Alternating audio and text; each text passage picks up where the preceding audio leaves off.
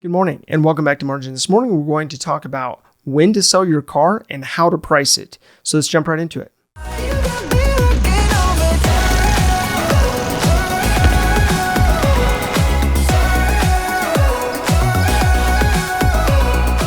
So most people don't think through the process of buying a vehicle with the end in mind, knowing that they will have to replace that vehicle at some point. And so they don't actually think about what season they should sell that vehicle in. They don't necessarily plan out what that vehicle will be replaced by. And oftentimes I see people buying vehicles off of emotion rather than logic. They may be buying something that may not be the best fit for their needs just because they want it or just because it catches their eye, rather than setting out and planning for what they want to purchase based on their needs, based on what makes the most sense for the season of life that they're in. So oftentimes what happens is people don't think through when's the best time to actually sell my car, when's the best time to maximize the sale price of that vehicle. So people may not think about the fact that certain cars have seasonality.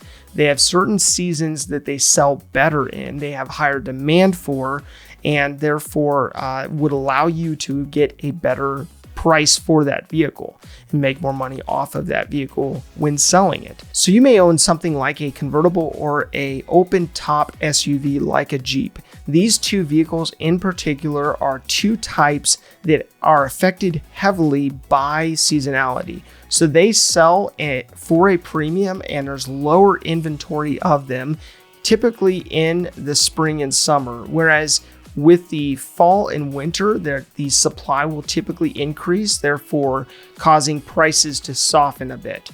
So when you're looking at these two vehicles, these are two examples of seasonality. And so if you own one of these vehicles and you plan to sell that vehicle, it's important for you to know the right season to sell it in so that you're maximizing your sale price in a time when there's high demand.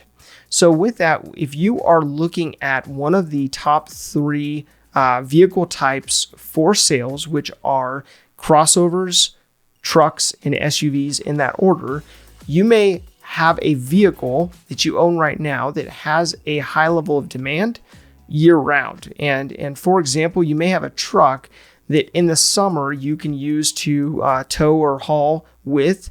You may have a camper or something like that. And you may also be able to use that truck in the winter to be able to navigate climatic weather. And so you'll be able to utilize that vehicle for more of the year.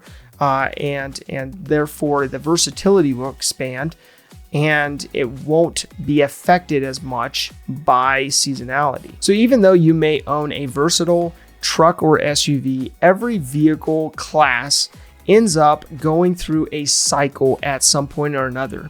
For example, as of recent, we've dealt with higher gas prices. So therefore, even though we've had demand continue for larger vehicles, that will slow the typical sale of a larger vehicle that gets lower miles per gallon. Now, if you look all the way back to the Great Recession, this was a perfect case study for this. It was during a time when gas prices skyrocketed, and therefore the demand in the normal economic cycle and normal environment ended up getting disrupted significantly. So the trucks and SUVs, especially the large trucks and SUVs, were disrupted significantly because of these gas prices. And because the gas prices went up so much, it ended up causing more and more inventory and lower prices on those large vehicles. Now, on the contrary, there was a shift that occurred, and therefore smaller cars, more efficient cars like a Toyota Prius would end up having wait lists for them because they were more efficient. The gas prices affected those drivers less. And so those inventories reduced, therefore driving up the cost.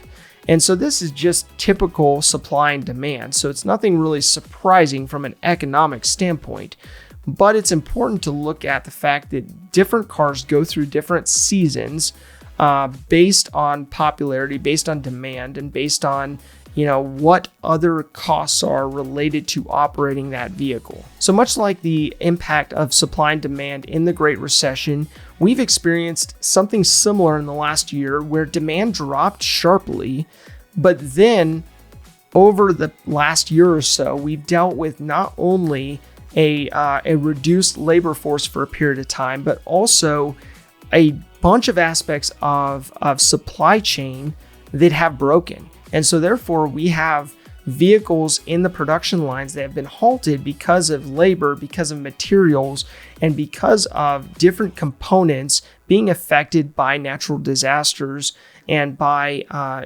other industries shutting down temporarily and causing for the auto industry to not be able to get the resources that they need, whether human capital or having to do with materials that feed directly into their production line. So this supply and demand impact did not only occur back in the Great Recession. We've had that impact more recently because of the events over the last year.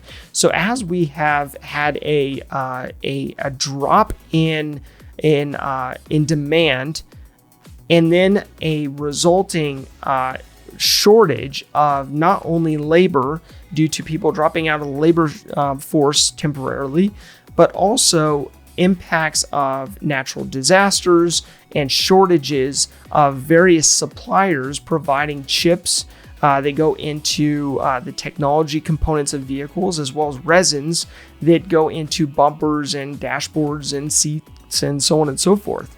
And so you have a bunch of these aspects of the supply chain for the auto industry in particular that have been affected, therefore affecting the supply. So as demand has picked back up, you have seen the fact that really the automakers can't keep up because of the shortages from a labor standpoint, but as well as a raw material standpoint. So now what we're seeing is auto manufacturers are going back to the drawing board and looking at what they need to do to change the process to make sure that they have the materials, have the labor that they need when they're operating their plants. So from a historical standpoint, there was a executive from Toyota named Taiichi Ono who basically coined just-in-time manufacturing. So that was back in 1950, and during the 50s, basically Toyota put into place just-in-time manufacturing that allowed for them to bring in materials to the assembly line for the vehicle that was going to be built that day that was necessary. And it worked very well when all systems were go. When you didn't have labor shortages, you didn't have issues in regards to getting different components for your vehicles like resin or chips or whatever the case may be. And so it worked out just fine and has worked out just fine.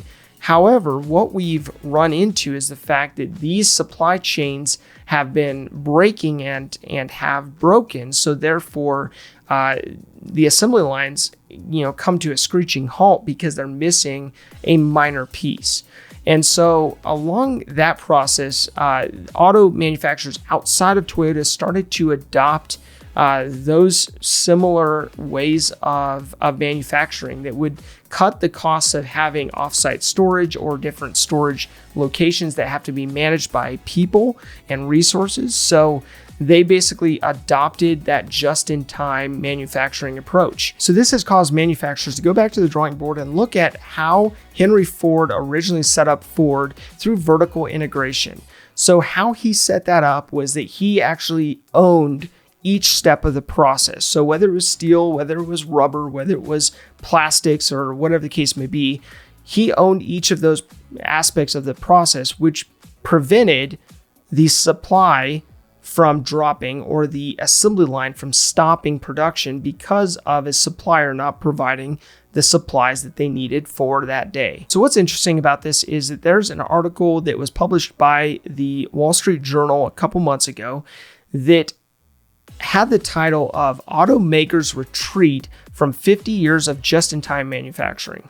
So this has to do with the fact that they were basically inventing or reapproaching Henry Ford's original thought process in regards to vertical integration versus the Toyota approach, the Toyota way, as the book referred to, talking about the manufacturing from Toyota's standpoint, and looking at this specifically, looking at how manufacturing is changing because of supply chain issues. So outside of the phenomenons related to a supply chain break or something bigger like a global health crisis or a global economic impact, it's important for you to look at not only the seasonality for your vehicle if it is impacted, but also if it's not impacted, when is the best time to actually sell that vehicle?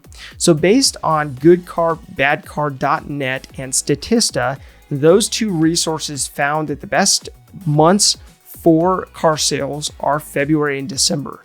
So last year, looking at February and December, those were the 2 months that peaked. Those are not the months or even the month I would choose of thinking that would be the best month for sales. I would have thought it would have been sometime in the summer, maybe even early fall. But that being said, knowing when is the best time to actually sell your vehicle based on demand, based on getting the highest price for that vehicle is important so that you not only are looking at seasonality based on the type of vehicle you have, but also listing that vehicle when you can get top dollar for it. So my call to action today comes down to looking at the vehicles you currently own. Look at what they are valued at. Look at what not only the book value and the market value is, but also look at whether seasonality would impact the vehicles you own so that you can preemptively plan on selling the vehicle when there's the highest demand and therefore the highest return on your sale. If this information is helpful to you, please do like, subscribe, and hit the notification bell so you're reminded to come back on a daily basis and improve in managing your personal finances. Thank you for your time. Enjoy your day. I'll see you back here tomorrow.